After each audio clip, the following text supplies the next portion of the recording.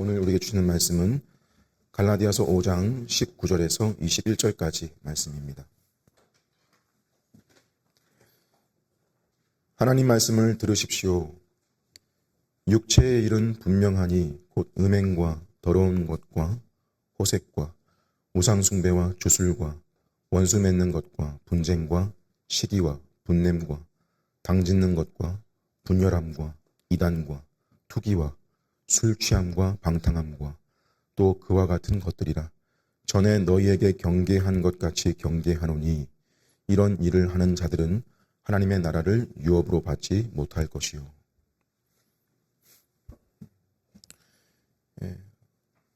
5장에서 바울은 한 뿌리에서 난 두 가지 결실을 경고하고 있습니다. 하나는 율법주의입니다. 너가 율법을 행함으로 인정받고 의를 얻을 수 있다. 쉽게 율법을 지킴으로 내가 사랑받을 자격이 있음을 증명하는 방식의 삶. 달리 말하면 그럼 내가 율법을 어기면 나는 버림받을 거라는 식의 방식. 짐이죠. 지켜야 돼서 지키는 삶입니다. 이게 율법 아래에 있는 겁니다. 바울은 바로 앞에 18절에서 이 문제의 해결로 말한 게 뭐였냐면 18절 성령의 인도하시는 바가 되면 율법 아래에 있지 아니하리라 라고 했습니다. 자, 또 하나는 율법 폐기입니다. 바울이 너는 더 이상 종이 아니고 자녀며 자유를 가졌다. 그러니까 또 그 자유를 가지고 육체의 욕심을 이루는 겁니다. 바울은 이 역시 그 앞에 16절에서 해결책으로 말한 게 뭐냐면 16절 성령을 따라 행하라. 그리하면 육체의 욕심을 이루지 아니하리라 라고 합니다. 그래서 바울은 이 율법주의와 율법 폐기를 구분짓고 이 둘을 평행으로 양극단으로 두는 것 같아도 정작 설명은 또 뒤에 어떻게 하고 있는 거냐면 뭐와 대립을 시키고 있는 거냐면 반대편 자리에 이 둘을 함께 배치시키고요. 이 둘이 한 뿌리이고 한 뿌리의 결실로서 뭐와 대치되는 거냐면 성령을 거스르고 있는 거다. 그게 17절이 보여주는 설명입니다. 당시 갈라디아 교인들이 처한 이 신앙생활의 현실적인 문제 중 하나가 뭐였던 거냐면 자신들은 본래 모세 율법과 관계가 없는 이방인들이고, 그죠? 후에 그리스도인이 되고 보니 선배 그리스도인들인 유대주의자들이 자신들이 가지고 있는 율법을 너희도 지켜라라고 강요하게 된 겁니다. 이것이 자연스러웠던 까닭은 이 갈라디아 교인들이 그리스도인이 되고 보니까 믿고 침례받고 교회 안으로 들어왔는데도 여전히 자기들 속에 해결되지 않는 문제가 있는 거예요. 그게 뭔고 하니 여전히 자기들 속에 죄가 남아있는 겁니다. 어떤 형태로요? 그리스도인이 되었는데도 죄의 잔재, 죄의 영향력이 자기들이 갈라디아의 이방 문화 속에서 젖어 있던 것에서 벗어나기가 힘든 거죠. 그거를 보게 되는 거예요. 가령 음행. 이방인들에게 이 당시 헬라 로마 시대의 음행이라고 하는 건 자연스러운 일이었습니다. 지금 시대도 음행은 자연스러운 일이죠. 지속사회에서는. 뭘 알게 되냐면 이게 단순히 환경과 문화의 문제가 아니고 내 속에서부터 비롯되는 문제구나. 그리고 우상숭배의 문제, 또 거기서 파생되는 여러 현실의 문제와 습성들이 여전히 남아있는 것이죠. 그걸 보는 거예요. 자기들 속에서부터요. 이게 갈라디아 교인들의 배경입니다. 그런 영혼의 갈등과 고뇌 속에서 마침 뭐가 잘 먹혔던 거냐면 유대주의자들의 가르침이죠. 그들이 말합니다. 그러니 율법을 지켜야 되는 거다. 너가 그렇게 죄를 짓고 그 죄책감에서 자유로워질 수 있는 길은 그나마 그냥 모세 율법에 순종해라. 그러면 하나님께 받아들여지는 거다. 바울은 갈라디아서 내내 이거 경고하고요, 대항해 왔습니다. 그거 다시 종노릇으로 들어가는 거다. 종의 멍에를 매는 일이라고. 그럼 이제 바울의 이 경고와 책망을 듣고는 이 갈라디아 사람들, 이 책망을 들은 그 시점에는 또 반대 극단으로 어떻게 생각하기 쉬운 거냐면, 율법이 문제구나. 바울이 지금 율법이 문제라 그러는 거지. 그럼 자신들의 해결책은 또 뭐로 흘러가는 거냐면, 우리는 어차피 이방인들로서 유대인들 기준에 모세 율법과 상관없는 자들이었으니까 그냥 율법 버리면 되는 거네. 우리에게는 쉬운 문제네. 이게 갈라디아 교인들의 현실이에요. 바울이 뭘 교정하고 잡아주는 거냐면 그 둘 다 잘못된 거고 다 한 뿌리에서 나온 하나님을 제대로 알지 못하는, 하나님을 사랑하지 않는 것이고, 이 문제에서 벗어날 유일한 답으로서 바울이 제시한 답이 뭐였던 거냐면 바로 성령이시죠. 한마디로 성령의 인도를 받는 것인데, 성령께서 어떻게 사람을 인도하시냐? 진리에 합당한 선포인 말씀을 통해서 계속 그 사람을 이끄시고 인도하시고, 그런 그 인도를 계속 받는 사람들이 나타나는 게 뭐라는 거냐면 바울이 열매라는 거거든요. 이 말은 비유죠. 그러니까 그 사람의 삶의 저변에 그의 태도와 모습에서 나오는 반응이고 양상이라는 게 있는 거예요. 그걸 지금 바울이 열매라고 한 건데,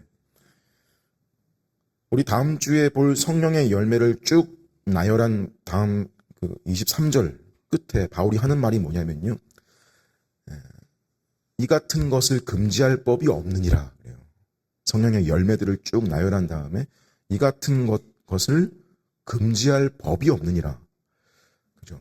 이게 무슨 말이냐면, 금지할 법, 어떤 율법도 이것을 금지하지 않는다. 금할 수 없다. 막을 수 없다. 막는다고 막아지는 게 아니다. 이게 열매라는 건 맺혀지는 거다. 그걸 어떻게 막냐? 그 뿌리가 사랑으로 역사하는 믿음인데, 살아있는 믿음인데 어떻게 막을 거냐? 그 뿌리가, 그 나무가 먹지 못할 돌 감람 열매를 맺겠냐? 아니다.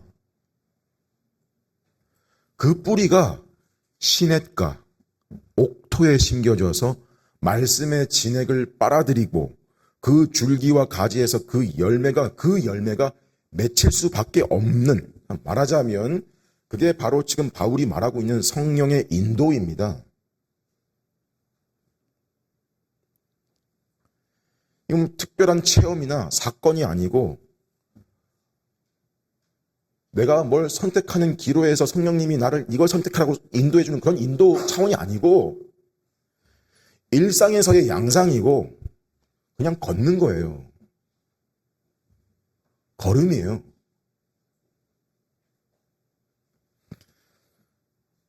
뭐를 통해서? 정기적인 진리에 합당한 선포를 통해서. 우습게 여기는 경향이 많이 있을 수 있는데 쉽게 여기거나, 아니요, 정기적인 진리에 합당한 선포를 통해서. 생명과도 같아요. 계속해서 너희 속에서 하나님을 아바 아버지라 부르게 하시고 육체의 소원과 욕망을, 소욕을 거스르게 하시고 싸우게 하시고, 율법을 지켜야 돼서 지키는 것도 아니고 율법을 무시하게도 않으시고 율법을 사랑해서 원해서 지키게 하신다. 자, 그게 그분께서 주신 사랑으로 역사하는 믿음의 결실이고요, 열매다. 그래서 그 열매들을 이제 구체적으로 나열을 하면서 제시를 하는 건데, 바울의 논리는 그걸 말하기 전에요, 그걸 제시하기 전에 먼저 부정적인 걸 제시를 먼저 해요. 이게 오늘 본문의 위치입니다. 성령의 인도를 받는다는 게 뭐야? 이거 이거다라는 걸 말하기 전에 이거 아니다, 이거 아니다, 이거 아니다. 부정적인 거로 먼저 시작해서 그러고 나서 긍정적인 거, 성령의 열매로 나아갑니다. 즉 이게 아니라 이거다라는 구조인 거예요. 자, 한 가지 짚고 갈 것은 우리는 이 유명한 성령의 열매 이전에 이 성령을 거스르는 육체의 일에 대한 본문까지를 우리가 성경 읽을 때 주로 나 개인적으로 해당되는 개인적인 말씀으로 생각하기 쉽다는 겁니다. 무슨 말이냐면 이 본문을 공동체적으로 잘 보질 않아요. 못해요. 한번 생각해 보세요.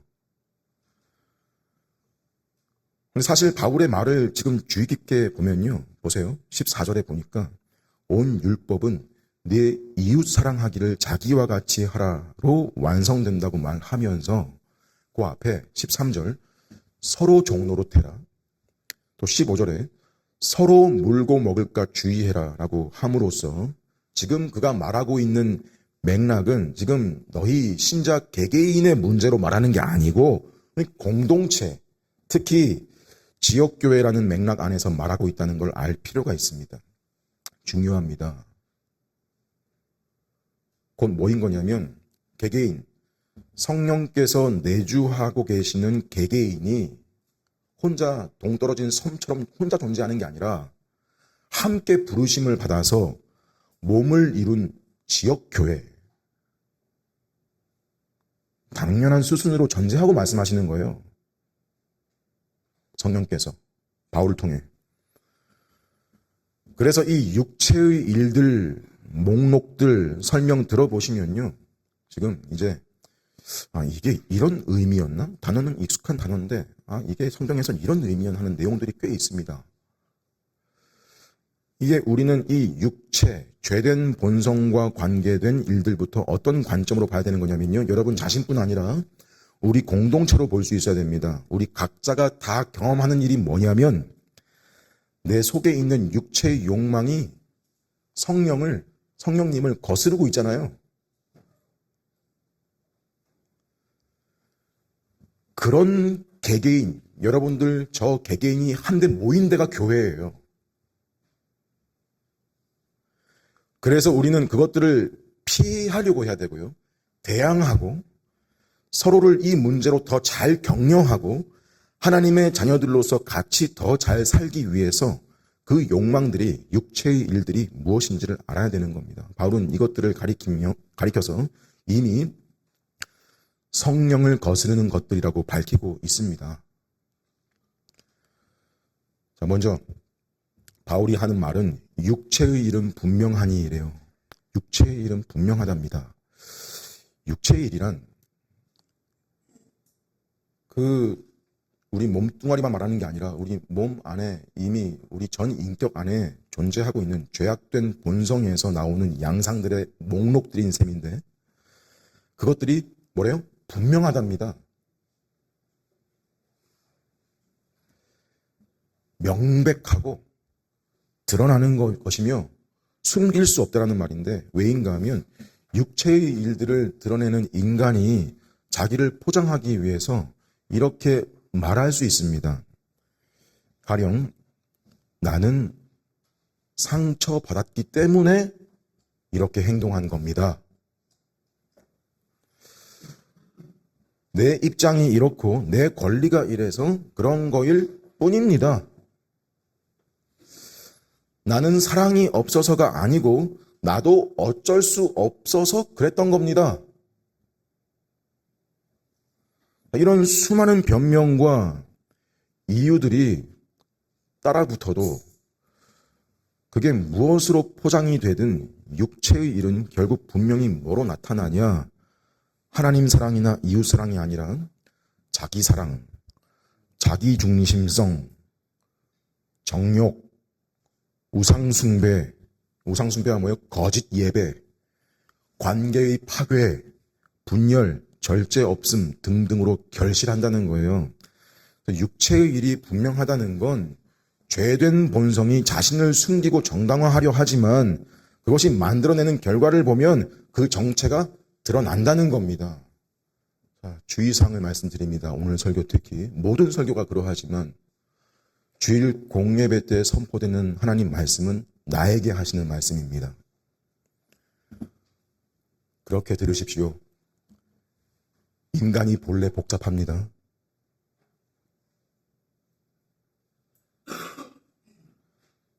상황도 복잡하고 저마다의 상처와 배경도 있을 수 있고 자기 입장이 없는 사람이 없습니다. 하지만 그 복잡한 상황과 사정이 죄를 의로 바꾸지 못합니다. 음행은 음행이죠. 미움은 미움이고 분냄은 분냄입니다. 당 짓는 것은 당 짓는 거고요. 분열은 분열입니다. 사람은 자기 죄를 길게 설명합니다. 말이 깁니다. 하지만 하나님 앞에서는 죄의 이름이, 그 명칭이 분명합니다. 뭐예요? 죄는 자기를 설명하고 변호하고 방어하려 드는데 하나님은 그 죄에 정확한 이름을 갖다 붙이십니다. 음행, 우상숭배, 원수 맺는 것, 분열, 방탕함이라고. 그죠? 이게 육체의 일은 분명하니 한 의도라면 그래서 이런 의도도 되는 겁니다. 반드시 행위로 나타납니다. 육체란 우리 몸만 말하는 게 아니라 마음의 성향, 본성이라 그랬는데 그 마음의 성향들이 내적인 성향으로 그치지 않고요. 외적인 일로 행위로 결실한다. 가령 말로 나오며 그렇게 되어 있으며 어떤 선택을 하게 되며 그렇게 되어 있으며 관계를 망가뜨리며 예배를 왜곡시키며 우상숭배, 공동체를 찢습니다. 즉 육체의 일이란 비활성 상태로 머무는 게 아니고 정적으로 반드시 구체적인 말과 행동과 관계의 방식으로 나타나게 됩니다. 그게 말이 되고 행동이 되고 습관이 되고 그게 열매로서 분명합니다. 그래서 결국 이 분명한이라는 말은요, 개인을 넘어서 교회를 향한 경고로 볼 수도 있습니다. 이렇게 분명하니까 교회한테 뭐라는 거예요? 분별해라 너희. 너희 다 그러고 산다고 교회까지 들어가지고 좋은 게 좋은 거고 그러려니 하는 게 아니고 분별해라. 앞에서도 뭐라 그랬냐면 만일 서로 물고 먹으면 피차 멸망할까 조심해라. 이제 보겠지만 거기 목록 중에 원수 맺음, 경쟁, 시기, 분냄, 당짓는 거, 분열, 이단, 투기 등이 개인적인 주의사항 정도로 말하는 게 아니고요. 교회를 해치는 죄라는 거예요. 그래서 육체의 일은 분명하다는 말은 교회가 죄를 분별해야 한다는 책임도 포함하는 겁니다. 교회는 모든 것을 순진하게 봐서는 안 됩니다. 어떤 일을 볼 때 여러분의 자기 감정과 우리의 기준으로 봐서는 안 됩니다. 여러분의 세상에서의 가진 경험도, 여러분의 혹 연륜도, 그 연륜 속에서 묻어나온 경험도 그걸로 봐서도 안 됩니다. 교회에서의 일이라는 게 그렇습니다. 모든 분노를 상처로만 해석해서도 안 됩니다. 모든 분열을, 눈에 보이는 분열의 현상들을 의견 차이로 봐서도 안 됩니다. 아닙니다.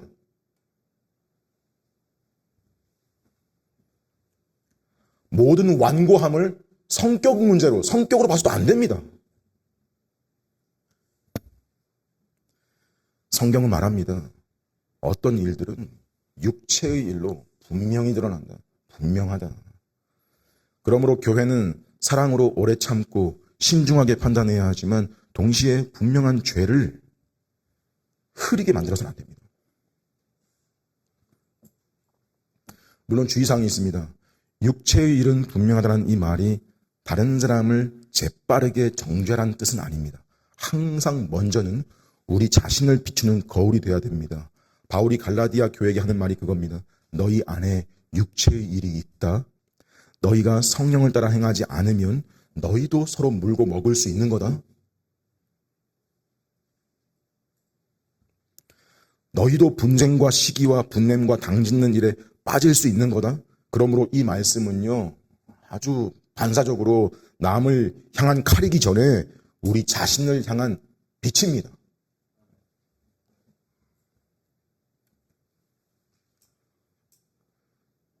나는 결코 주님 배반하지 않는다. 나는 절대 그러지 않을 거다라고 장담할 일이 아닙니다. 아닙니다. 육체의 일은 분명하나 그 분명함은 남을 쉽게 정죄하라고 주신 것이 아니고 먼저 여러분 자신을 다잡고 회개로 이끌기 위해 주신 말씀인 건 줄 알고 교회 안에서 각자가 그리 생각하고 신앙생활 하는 거예요.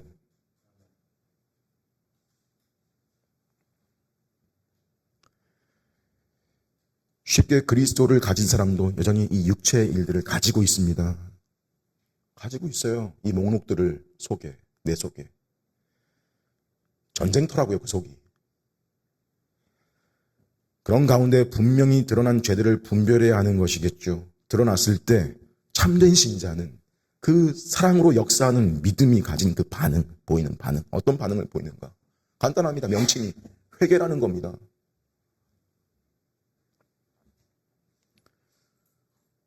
자기 기준의 회개 말고 성경이 말하는 회개예요. 그래서 참된 신자는 회개를 사랑할 수밖에 없습니다. 여러분, 이 문장이 어색하게 들리시지 않으신가요? 믿음은 회개를 사랑합니다. 참된 믿음은 신자 속에 함께 들어온 그 회개를 사랑합니다. 회개는 성가신 것이라거나 회개는 창피한 일이라거나 귀찮은 것이 될 수 없고 회개는 사랑할 수밖에 없는 너무나 귀한 은혜요. 선물인 겁니다. 자, 바울이 육체의 일로 제시한 목록들을 봅시다. 이것입니다. 음행, 더러운 것, 호색, 우상숭배, 주술, 원수 맺는 것, 분쟁, 시기, 분냄, 당짓는 것, 분열, 이단, 투기, 술취함, 방탕함, 또 그와 같은 것들입니다. 자, 방탕함까지 총 15개인데요. 각 항목이 그렇게 어려운 말들이 아니어서 딱 보면 어떤 것들이겠거니 짐작도 하시겠지만, 또 이 모든 항목들이 각각 별개인 것 같지만 주목해야 할 한 가지 공통점은요. 개인적인 것을 넘어서 공동체적인 것, 공동체 안에 사랑을 깨뜨린다는 것이 이 육체의 일의 핵심이라는 거. 아까 말씀드렸던 거고. 또 중요한 특징이라면 15개가 각각인 것 같은데 다 유기적으로 마치 한 몸통같이 연결된다는 거예요. 같이 봅시다. 되게 이렇게 많은 항목으로 등장할 때는 종류별로 묶어서 보면 좀 더 선명하게 볼 수 있는데요. 크게 4가지로 보통 묶는데 첫 번째는 성적인 범주입니다. 이게 음행, 더러운 것, 호색으로 번역이 됐고요. 두 번째가 우상숭배와 관계된 범주입니다. 우상숭배와 주술이고요. 셋째는 관계의 범주입니다. 원수 맺는 것부터 투기까지. 그리고 마지막 넷째가 중독과 관계된 범주입니다. 중독, 곧 술 취함과 방탕함과 또 그와 같은 것들입니다. 중독은 다른 말로 무절제입니다. 자, 먼저 첫째, 성적인 범주에서 음행은 성적인 부도덕입니다. 즉 결혼 밖에서 이루어지는 모든 성적 부패를 말합니다. 자, 이 항목들을 들으실 때 그 항목 단어 자체에 대한 우리의 원래 이해로만 인식하지 마시고 앞에 전제 설명했던 그런 내용들을 가지고 한번 들어보려고 해보십시오. 자, 좁게는 간음, 매춘, 혼전 성관계 같은 실제적 행위를 가리킬 수 있고 넓게는 성을 하나님께서 창조하실 때 창조시 정하신 그 질서에서 분리시켜서 자기 욕망의 도구로 삼는 모든 방식을 다 포함합니다. 음행이라고 하는 게. 성은 하나님의 창조에서 남자와 여자에게 주신 선한 선물이고, 남자와 여자는 그것을 결혼이라는 그 방식 안에서 서로에게 자신을 내어주는 신실한 하나됨의 표현인데, 그래서 음행은 성적으로 실수했다 정도의 차원이 아니라 이 언약을 깨뜨린 거라는 심각함이 있습니다. 그래서 보통 기독교적 자유를 왜곡시키는 가장 대표적인 죄로 자주 등장하는 게 이 음행이고요. 심지어 우상숭배를 가리킬 때도 이 음행이라는 말로 쓰기도 하는 거죠. 남편 되신 하나님을 버리고 다른 거에 품에 안기었다는 거예요. 자, 이어서 더러움은, 음행이 주로 구체적인 행위를 가리킨다면 더러움이란 그 행위 배후에 있는 오염된 상태와 분위기까지를 포함합니다. 즉 음행이 밖으로 드러나는 거라면 더러움은 그 죄를 낳는 마음의 상태, 상상, 욕망, 말, 태도, 문화까지 포함할 수 있습니다. 예를 들면 성적으로 더러운 생각을 즐기는 것, 음란한 상상을 마음속에서 키우는 것, 더러운 농담과 말을 가볍게 여기는 것, 타인의 몸을 인격으로가 아니라 대상으로 여기는 것, 보는 것, 거룩해야 할 마음과 몸을 죄의 이미지와 욕망으로 채우는 것. 더러움은 단순히 나쁜 행동보다 더 깊죠. 이 더러움은 점진적인 특성을 지닙니다. 양심을 서서히 죽여요. 처음에는 좀 불편하다가 좀 지나면 익숙해지고, 그 다음에는 즐기고, 그 다음엔 이 죄라는 느낌은 있을지 몰라도 좀 대담해집니다. 합리화가 익숙해지는 거죠. 실제로 행동한 건 아니잖아. 그냥 생각으로 한 것 뿐이잖아. 그냥 본 것 뿐이잖아. 왜요? 하나님께 드려야 할 몸과 마음이 육체의 욕망과 세상의 원리에 물드는 거죠. 우리 양심을 한순간에 죽이는 게 아니라 서서히 무감각하게 만들죠. 이어서 호색이라는 건 단지 더러운 생각이 스쳐 지나가는 정도가 아니고요. 절제도 없고 이제 부끄러움도 경계도 없고 말 그대로 즐기는 상태예요. 호색이에요. 욕망이 부끄러움을 잃어버린 상태로 거리낌 없이 드러내는. 영적으로 치면 죄를 범하고도 드러남에도 부끄러움을 잃어버리고 결국 마지막에 오히려 더 뻔뻔해지고 당당하고 죄를 죄로 보지 못하는, 뭐예요? 호색이에요. 더러운 것을 더럽게 느끼지 못하고 오히려 그것을 나만의 개성, 나만의 입장, 나만의 자유, 나만의 표현이라고 부르는 상태입니다. 여러분, 이러한 내용들은 단지 성적인 영역에만 국한되지 않죠. 구약의 예레미야 선지자가 유다 백성의 죄를 책망할 때 한 말이 이거 있습니다. 들어보세요. 그들이 가증한 일을 행할 때 부끄러워하였느냐? 아니라 조금도 부끄러워하지 않을 뿐 아니라 얼굴도 붉어지지 아니하였느니라. 예레미야 6장 15절입니다. 자, 이 세 개, 이러한 성적인 범주의 육체의 일들은 반드시 여러분 상대방을 포함합니다. 행위로도 말고 머릿속으로도 상대방을 떠올립니다. 포함합니다. 머릿속으로도 피해자를 만드는 겁니다. 피해자가 있습니다. 음행과 간음은 상호적이고 합의된 것일 수 있지만 실제로는 서로를 피해자로 만들기로 합의한 겁니다. 또 그 배우자를 피해자로 만드는 겁니다. 실제로 행위로 하지 않았다더라도 생각으로 다른 사람들을 피해자로 만듭니다. 우리가 잘 아는 거, 여러분, 인간의 죄는 혼자 행동하는 거로 끝나지 않습니다. 가장 대표적인 예가 음행입니다. 대표성을 띱니다. 만족이 안 돼요, 혼자. 생각으로라도 상대를 정합니다.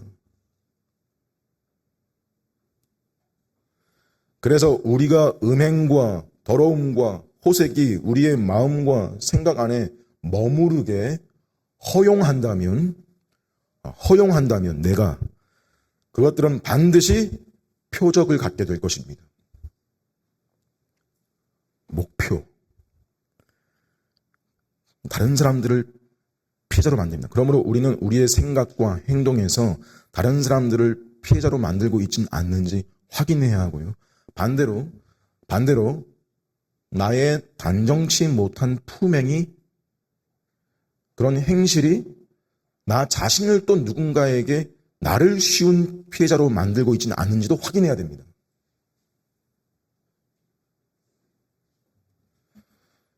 여기서 우리는 이걸 봐야 됩니다. 바울이 육체의 일을 말하면서 가장 먼저 성적인 범주를 언급한 것은 의도가 있는 거예요. 이 음행, 더러움, 호색은 단순히 성적인 죄의 목록이 아니고 갈라디아서 5장 문맥에서 보면 결국 뭐의 실패냐? 사랑의 실패죠. 바로 앞에서 그 자유로 너희가 육체의 기회를 삼지 말고 오직 사랑으로 서로 종노릇해라라고 했는데, 이 음행이 당시 이방 사회에 갈라디아 지역도 마찬가지고 우리 잘 아는 고린도 지역도 그렇고, 당시의 이 음행과 더러움과 호색은 사랑으로 서로 종노릇하는 게 아니고 상대를 자기 욕망을 위해 이용하는 것. 바울이 다른 곳에서 사랑은 오래 참고 무례히 행치 않으며 자기 유익을 구하지 않고 불의를 기뻐하지 않는다라고 진리와 함께 기뻐한다 적었는데, 근데 이 음행, 더러움, 호색은 기다림이라는 게 없습니다. 급히 뛰어가며 무례하고 자기의 유익을 구하고 이기적이고 불의를 함께 즐기고, 진리로 함께 즐거워하는 게 아니라 불의로 함께 즐기고 그것으로 기뻐하자고 합니다. 그러니 그 본질은 사랑이 아니고 육체의 정욕이고 성령을 거스르는 일이 되는 겁니다. 가장 대표적인 예가 이 음행이라고요. 성적인 범주. 자, 다음은 둘째, 우상숭배의 범주인데, 우상숭배와 주술이래요. 몇 주 전 설교에서도 다루었지만 사람은 반드시 무언가를 숭배하게 되어 있고요. 무언가에 가장 충성을 하고 헌신하는 것이 있기 마련인데, 뭐 꼭 돌이나 나무에 뭐 깎아서 상을 만드는 것만 말하는 게 아니고, 내가 제일 우선으로 두는 숭배하는 무엇, 그것이 하나님과 관계된 것이 아니고 다른 무언가의 더 목적과 이유로 관련되어 있다면 그것이 곧 우상숭배입니다. 쉽게 하나님 자리에 다른 게 앉아 있는 거죠. 근데 사실 확실히 할 것은, 사실 모든 우상숭배의 본질은요, 자기숭배예요. 자기입니다.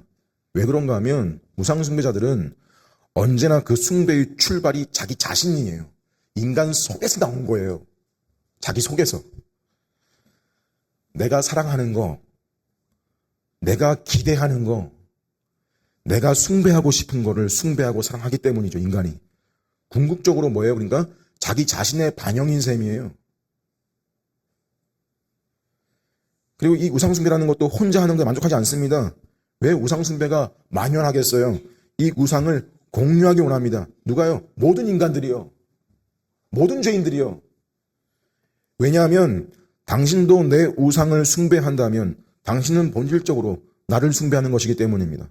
뭔가를 숭배하고 충성을 하고 헌신을 하는데 그 중심에 뭐가 있어요? 자기 자신이 있어요.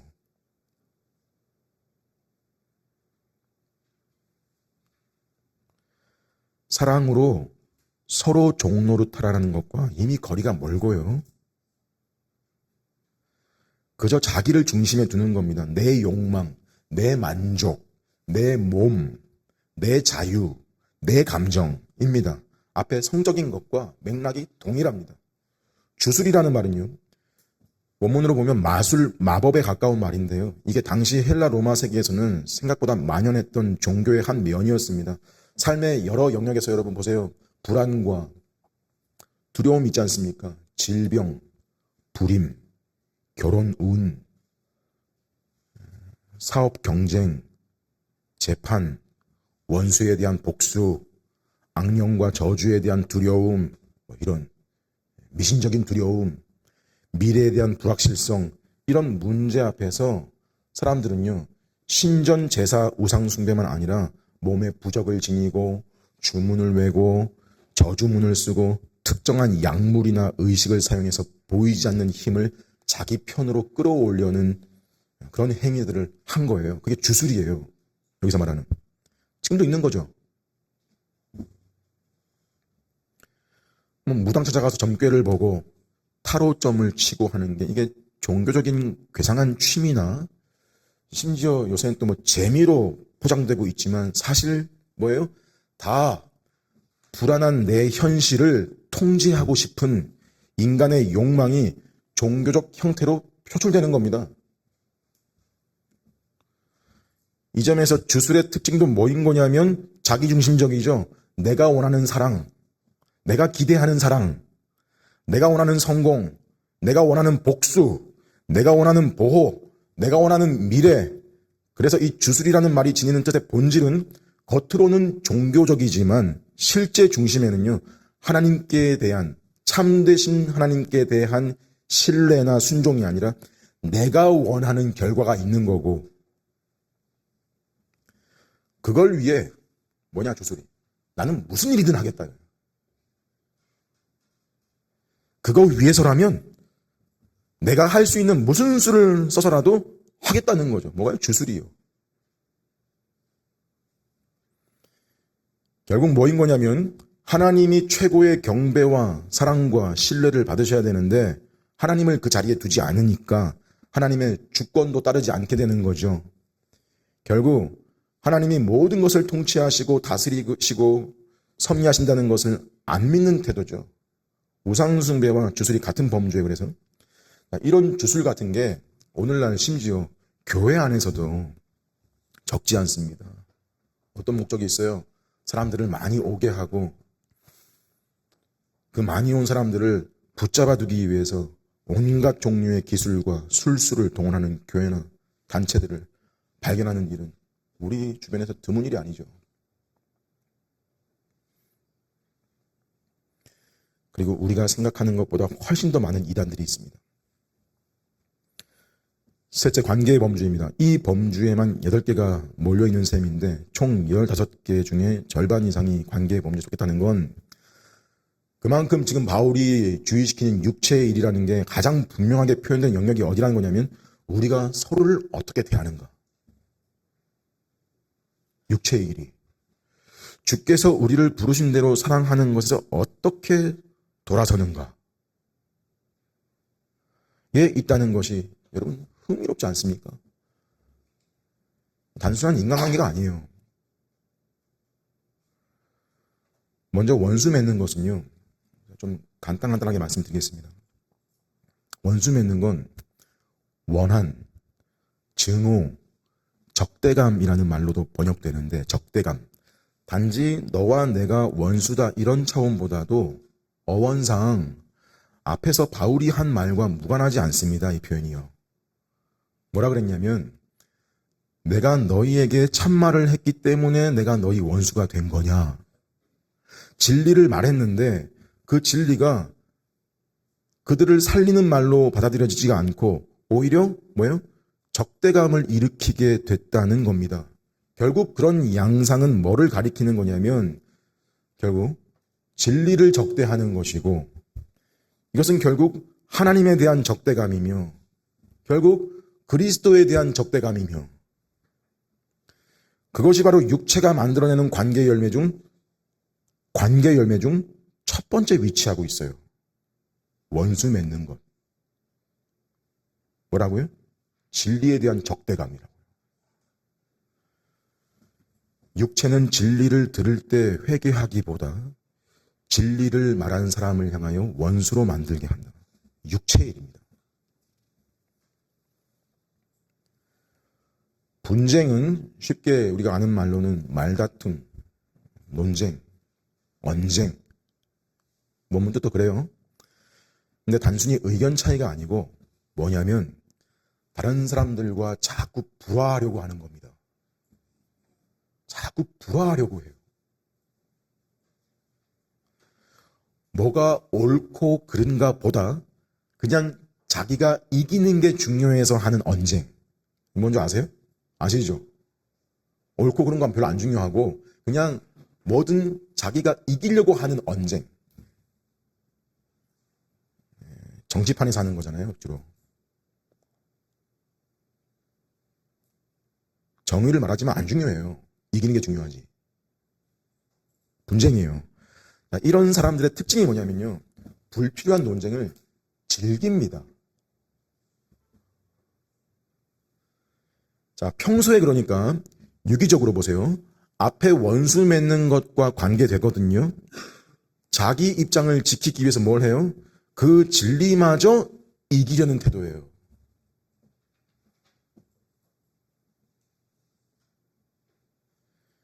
진리가 제시돼도 수긍보다는 변명과 합리화가 길어지는 것. 이게 여기서 말하는 분쟁입니다. 같이 진리를 향해 진리를 찾으려는 게 아니라 내가 옳다는 걸 증명하려는 거. 뭐로? 논리로. 자기 논리로. 교회를 세우려는 것이 아니라 내 입장을 관철시키고 형제를 얻으려는 것이 아니라 언쟁에서 이기려는 겁니다. 그래서 이 분쟁이라는 것 역시 자기의와 자기 주장에 사로잡힌 뭐예요? 육체의 일입니다. 시기는요, 다른 말로 질투, 열심인데, 시기, 이게 질투, 열심이라고 하면 이게 구약에서는 이게 좋은 말로 쓰였는데, 이게 원문이, 원어가. 근데 여기서는 삐뚤어진 열심을 가리킵니다, 신약에서는요. 다른 사람이 가진 것을 가지고 싶어 하는, 즉, 그 다른 사람을 사랑하는 것이 아니라 그들이 이룬 것이나 그들이 가진 것을 시기하여 비교하며 경쟁하고 질투하는 열심.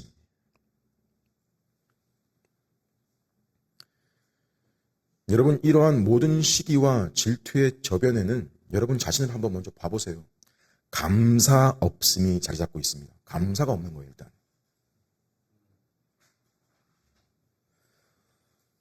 나와 남이 각각 가진 것을 하나님이 주신 선물로 받아들여지지 못하는 거죠.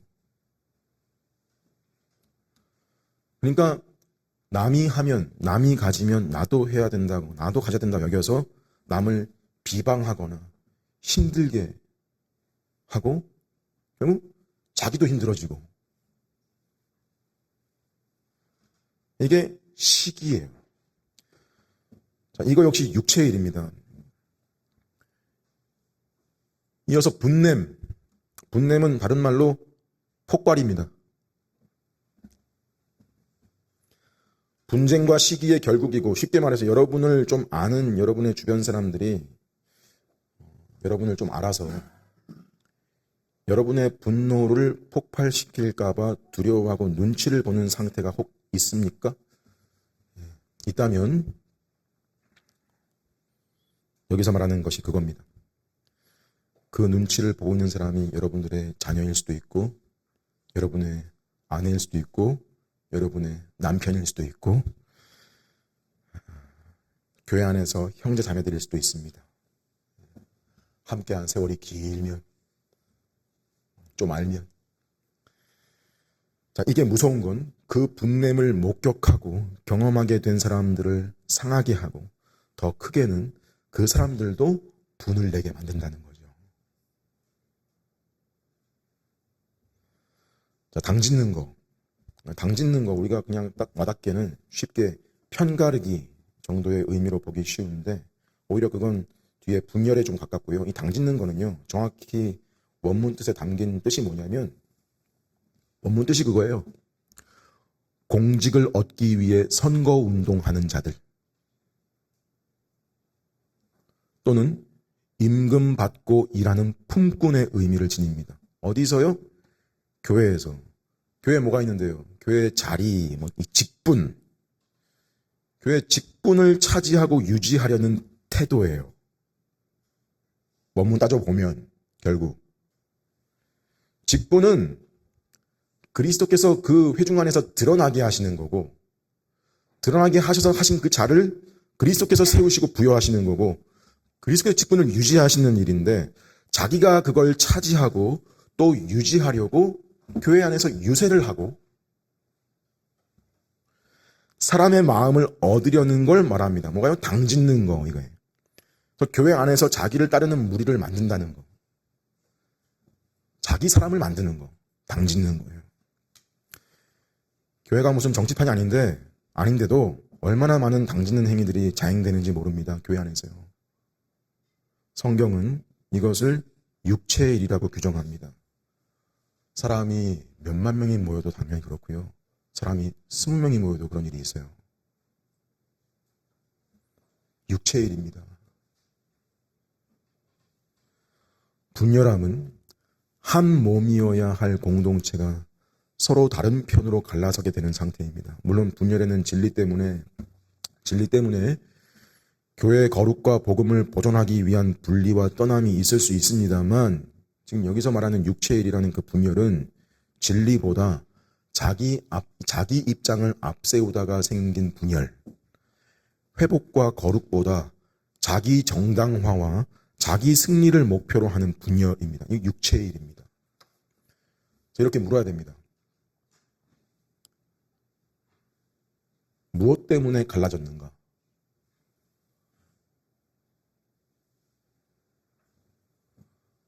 어떤 방식으로 갈라졌는가? 무엇을 지키기 위해 갈라졌는가? 당신은, 너희는. 그 과정에 사랑과 진리와 질서가 있었는가? 나중에 하나님도 묻고 따지실 물음일 겁니다. 분명히요. 진리와 별로 관계가 없었다? 네. 육체의 일입니다.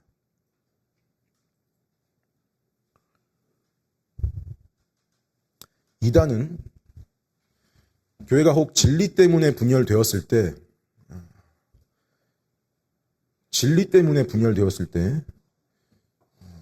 명백하게 진리가 아닌 쪽이 뭐가 되냐면 이단인 겁니다.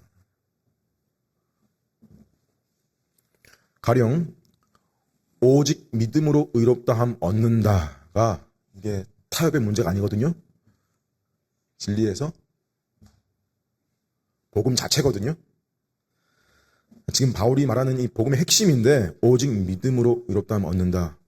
자, 이렇게 말하는 쪽과 여기에 무언가를 더하거나 무언가를 빼서 다른 말을 하는 쪽이 거기서 분열된다면 다른 말 하는 쪽이 이단인 거예요.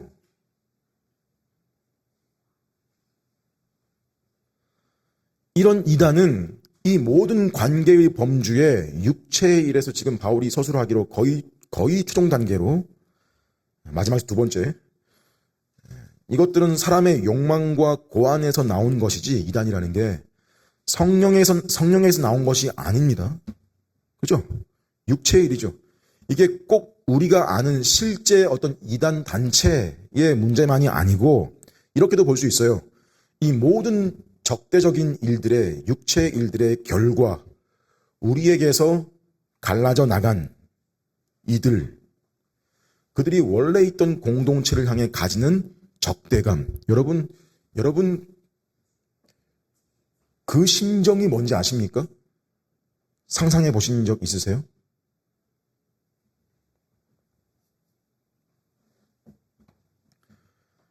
그게 이 관계 문제에서 진짜 마지막 투기예요.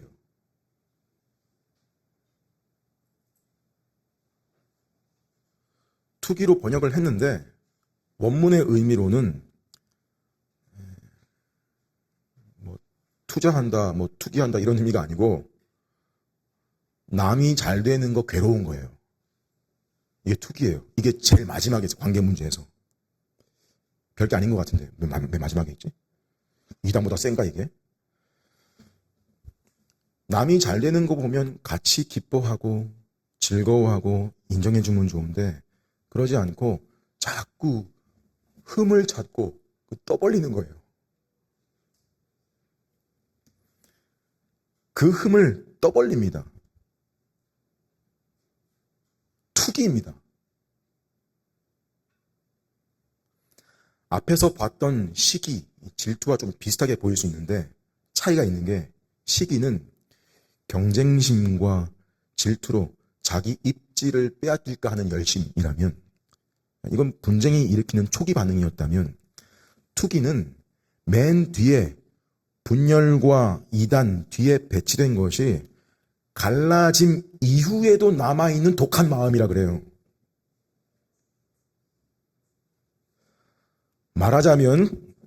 말하자면 그 육체의 일의 결국으로 잘려나간 쪽에서 교회를 보고 가지는 마음. 보세요. 어디 저것들 잘 되나 보자. 망했으면 좋겠다. 실제 이런 마음. 그게 정확히 투기입니다. 여기서 말하는. 근데 좀 더 생각해야 될 것은 그 투기는 여러분 반대편에도 있습니다.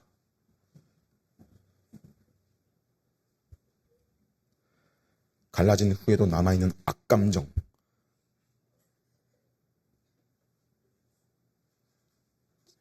저자들이 상대가 누가 과거에 그 사람이 회복되는 거 원치 않고 상대에게 은혜가 임하는 거 기뻐하지 못하는 거. 뭐예요? 투기예요. 성령께서 주시는 마음이 아니라고요. 육체의 일이라고요.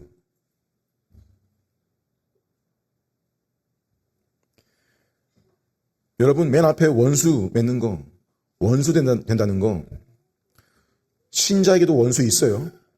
원수 있어요. 전 사단 마귀 말하는 게 아닙니다. 지금 사람 말하는 거예요. 원수 있어요. 원수를 만들지 말아야 된다. 맞는 말인데요. 주님 뭐라 말씀하세요? 우리에게 원수를 사랑하라 하시잖아요.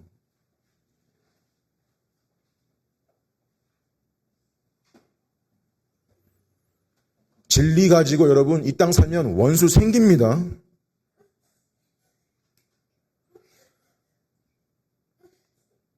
근데 원수라는 건 관계인데 그것도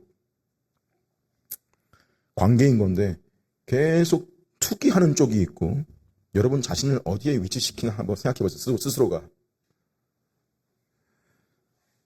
계속 투기하는 쪽이 있고 신자 쪽은 그 투기와 싸운다는 게 뭐로 나타나는 거냐면 그 원수를 위해 기도해 주는 거예요. 그게 싸우는 거예요. 세속은 이거 이해 못해요. 이해 못해요. 그게 원수 사랑하는 거예요. 원수를 사랑하는 거고 그 반대쪽에서 계속 두각을 드러내는 건 뭐냐면 그것도 투기입니다. 이거 망해라. 잘 사나 보자. 육체의 일입니다. 서로가 그러고 있는 거 안 되는 거예요. 투기예요. 드디어 넷째, 무절제 범죄는 술 취함과 방탕함인데 이건 단지 술 조심하라는 차원이 아니라 지금까지의 모든 육체의 일들이 공동체를 파괴시킨다 그럴 때 그 공통점이 뭐냐면 무절제, 중독. 다른 말이 무절제, 중독 같은 말이에요. 취하는 거예요. 에베소 5장에 보면 술 취하지 말고 오직 성령으로 충만함을 받으라. 오늘 본문과 평행을 이루는 본문이에요. 가만 보면 바울은 왜 꼭 성령님 얘기할 때 이렇게 자주 술 이야기를 같이 했냐면 술에 취한다는 게 사람이 술에 취한다는 게 술의 영향 아래에 있는 거고 성령 충만은 뭐 성령이 양적으로 성령님이 내 속에 가득 차 계시다가 좀 빠지셨다가 그런 게 아니라 성령의 영향 아래에 있는 거 이게 성령 충만이에요. 갈라디아서 표현으로 하자면 성령의 인도를 받는 성령을 따라 행하는 그러니까 성령이 내주하시는 자유를 가진 자녀들에게는 있는 일인 거예요. 일상인 거예요. 근데 신자가 성령님의 인도를 받지 않으면 결국 다른 어떤 것이든 그것의 영향 아래에 있게 되고 다른 말로 그것에 중독이 됩니다. 이게 앞에 성적인 문제, 우상숭배 다 연결되죠. 방탕함이라는 거 마찬가지예요. 방탕함. 이 방탕함이라는 말은 개인적인 게 아니라요. 파티를 갖게 파티. 어떤 파티냐? 신전에서 음란한 제사를 드리고 술과 성적 방종이 뒤섞인 향락으로 방탕한 파티로 어떤 무리들이 함께 죄를 즐기고 죄를 죄로 여기지도 않고 그냥 아무렇지도 않게 여기는 공동체적 분위기를 가리키는 겁니다. 아주 이거 정말 무서운 일이에요. 교회라는 곳이 죄를 다루지 않는다. 죄를 보고도 다루지 않고 오히려 그것을 아무렇지도 않게 여기는 것을 뭐예요? 방탕이라는 거예요.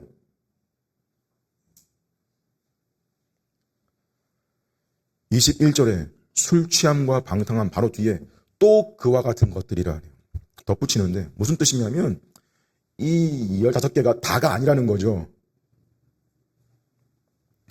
훨씬 더 많은데 대표적인 사례로 든 거일 뿐이라는 거죠. 무슨 의도겠어요? 너희 보고 목록 밖으로 도망치지 못하게 하려고 하는 거예요. 이 목록 보고 나는 여기랑 되는 건 없다. 이런 식으로. 나는 이 정도는 아니다. 이런 식으로. 그럴 수 있는 게 아니라는 거죠. 또 그와 같은 것들이라 이 말이. 그래서 여러분들이 자기 시대와 자기 삶 속에서 같은 유형의 죄들을 분별해 보라는 것도 되겠죠. 즉 질문은 이겁니다. 내 삶에서 내 절제를 무너뜨리는 것은 무엇인가?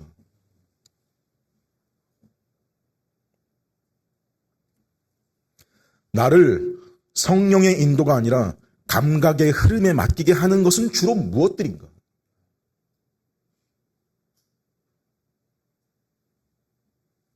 나는 혹 그걸 자유라고 부르고 있지만 실제로는 육체의 일이 되는 것은 무엇일까? 혹시 나는 무언가에 중독되어서 취해 있는 것은 아닐까? 있다면 그건 뭘까?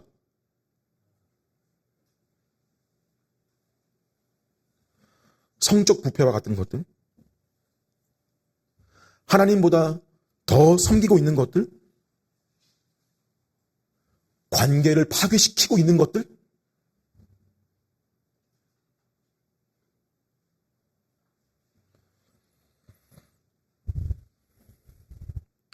절제를 무너뜨리는 방탕함?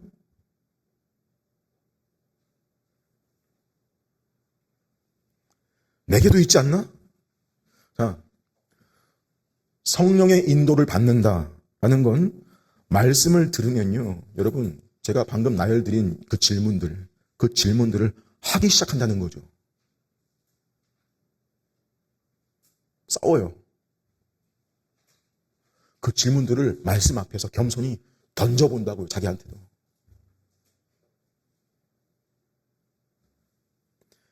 그 질문을 하기 시작해야지 듣고도 계속 그 육체의 일들에 들은 건 들은 거고 하는 건 하는 거고 나는 나고 내 인생은 인생이고 그 욕망에 내가 계속 먹이를 주고 있는 꼴이면 계속 먹이를 주고 있다 계속. 뭐예요? 계속 자라게 하고 계속 키우게 하고 더 키우고 그게 자기의 특징이 되게 한다는 거. 성령께서 이끄시는 열매가 아니란 말입니다.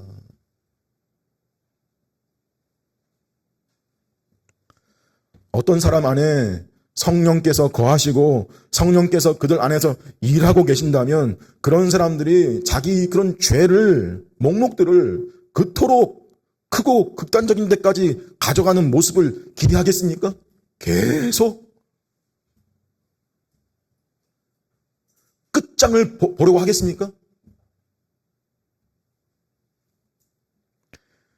그들이 서로 미워하고 서로 물고 삼키며 서로 나누고 서로 파괴하고 서로 비하하는 모습 여러분 기대하겠습니까? 그거 꿈꾸겠습니까? 아니겠죠. 아니죠.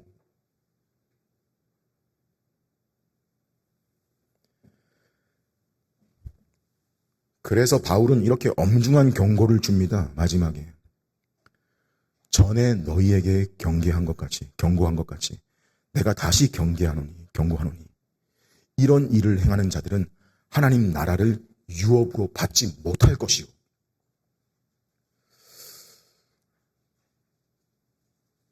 자, 이런 지점에서 이제 분별을 할 줄 알아야 됩니다. 이 말이 두려울 수 있습니다. 우리가 들을 때. 이런 일을 행하는 자들은 하나님 나라를 유업으로 받지 못할 것이요. 왜요? 왜 두려워요? 내 속에 있거든요. 나 하거든요. 내 삶에 이런 일들이 있거든요. 그럼 나는 하나님의 나라를 유업으로 받지 못하는 건가? 쉽게 구원 못 받는 건가? 자, 들으시고 자신의 상태를 판단하십시오. 이 말씀을 듣는 누군가에게 이 경고가 혹 두려움을 일으킨다면 그 한 가지 이유는 애초에 믿음이 없어서일 수 있습니다. 먼저 그리스도를 믿도록 권면하는 말씀이 될 수 있겠죠. 그러니 그리스도를 당신의 구주로 영접하고 믿으라는 거로 들리면 은혜입니다. 근데 이미 믿는 자들, 이 편지의 수신자들인 갈라디아 교회에게도 이 경고는 두렵습니다. 하지만 목적은 두려움을 일으켜서 돌이키게 하기 위함입니다. 왜? 그들은 회개를 알고 회개를 사랑한다면. 이런 뜻은 아닙니다. 이런 일을 행하는 자들은 하나님 나라를 유업으로 받지 못할 거라는 이 말이, 그럼 이런 일을 내가 그걸 안 행하면, 즉 이런 육체의 일들을 내가 버리는 행위로 순종해야 하나님 나라를 유업으로 받을 수 있다는 식으로 지금 바울이 한 이 말을 또 결국 복음을 다시 율법화해서,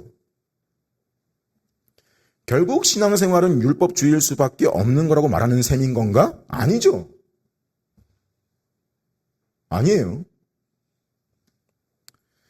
이 경고를 들은 성령께서 내주하시는 신자들은요, 여기에 나온 육체의 목록들을 자기가 계속 행하면서 그렇게 죄를 깊고 비참한 정도까지 키우고 끌고 가지 않으려고 하는 거예요. 두려움이 싸움으로 이끌어요.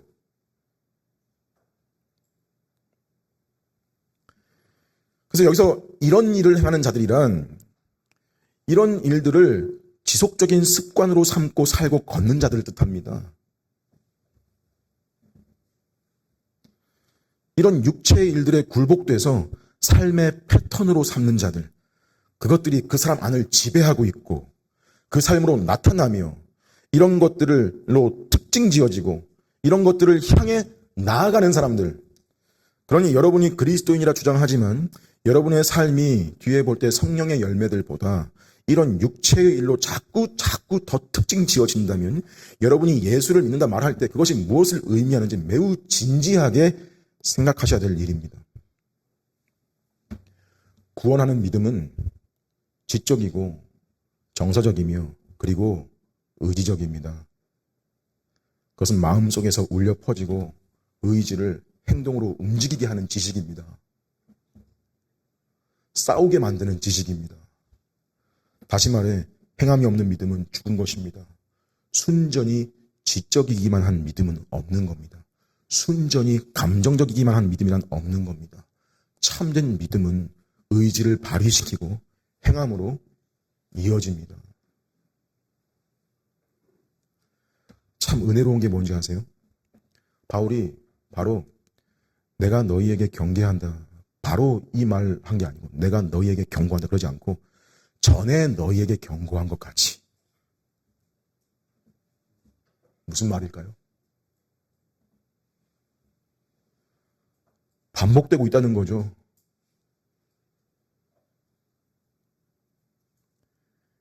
격려가 반복되고 있는 거예요. 쉽게 그 사람들은 실패했다고 버리지 않는다는 거예요. 누가요? 바울이요? 성령께서요. 설교를 통해서 자녀에게 계속 반복하십니다. 내가 전에 너희에게 경고한 것 같이. 이게 또 왜 가능하겠어요? 참된 회개가 당연히 기대되기 때문이고 실제로 있기 때문이죠. 우리의 약함을 모르시지 않으시고 동정치 않으시는 게 아니고 아시고 그걸 알고 보면 이 말이 얼마나 은혜가 되는지요. 전에 너희에게 경고한 것 같이.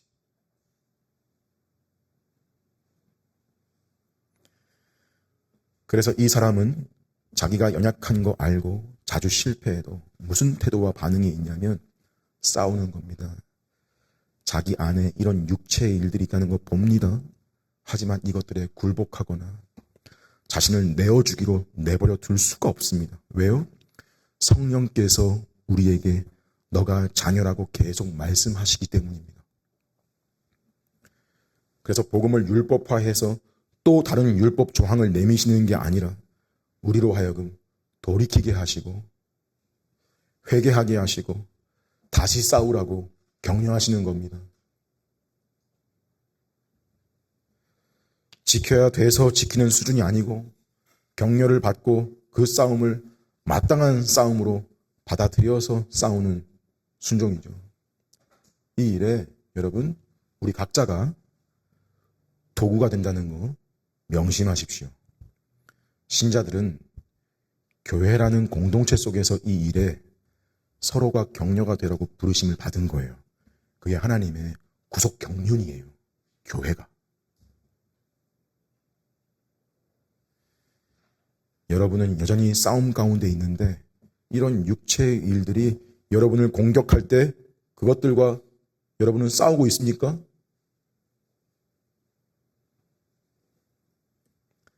그것들을 죽이고 있습니까? 아니면 지쳤든 별로 무관심하든 육체의 일들이 여러분 삶의 일부 내지는 여러 측면을 차지하도록 허용하기 시작했습니까?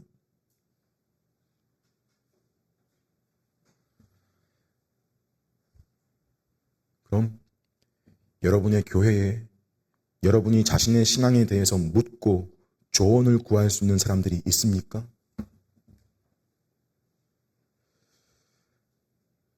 그때 여러분에게 진실함과 사랑으로 여러분을 격려하고 때로는 경고하고 때로는 책망하는 교회가 있고 지체들이 있습니까? 또 여러분이 그런 분들이십니까? 서로가. 그렇다면 이 회중은 여러분에게 주신 하나님의 선물인 거예요. 이 땅에서 구원받은 자로 신앙생활을 해나가는 데 있어서 꼭 필요하고 너무 귀한 선물인 거라고요. 물론 우리는 실수할 것이고 방식도 미숙하고 성경적이라고 하는 말을 쓰지만 방식이 미숙할 수 있고 온전치 못할 것입니다. 왜냐하면 우리는 모두 죄인이기 때문입니다. 그럼에도 우리는 서로의 삶에 말하도록 부름받았고 온유하고 겸손하게 이렇게 말하도록 부름받은 겁니다. 나는 내 삶에 대해 말해줄 형제 자매들이 필요한 존재다.